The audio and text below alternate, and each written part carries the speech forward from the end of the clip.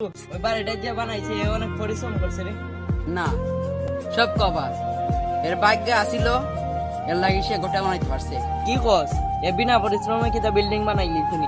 ভাগ্যে না থাকলে তো এত বড় বাড়িটা বানাইতে পারলো না নে। তার মানে তোরা মানতে যাস না যে এই বিল্ডিংটা পরিশ্রম করে বানাইছে? না, এটা আমি কোনোভাবে মানতে পারতাম না। তাহলে ঠিক আছে, ওখানে তোরা প্রমাণ করে দেখাইমু পরিশ্রম ছাড়া কোনো কিছু সম্ভব না। তোর মোবাইলটা দে।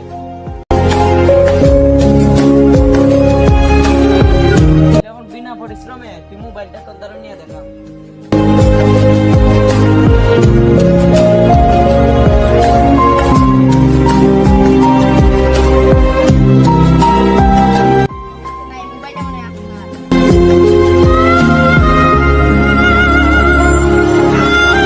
মোবাইলটা কিন্তু ভাগ্যের ধরে আমার কাছে আইছে।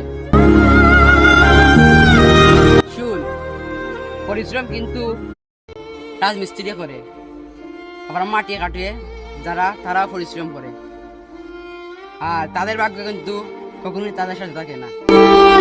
আমি অনেক সময় দেখছি মানুষ যে চা বিক্রি হয়ে দেয়া, কাগজ বিক্রি হয়ে দেয়া, কোটি কোটি টাকার মালিক, অনেক ব্যালেন্স আইন লাগে। তুই যদি আল্লাহর মধ্যে থাকস তাহলে তোর ভাগ্যটা অটোমেটিকলি চেঞ্জ হয়ে যাবে।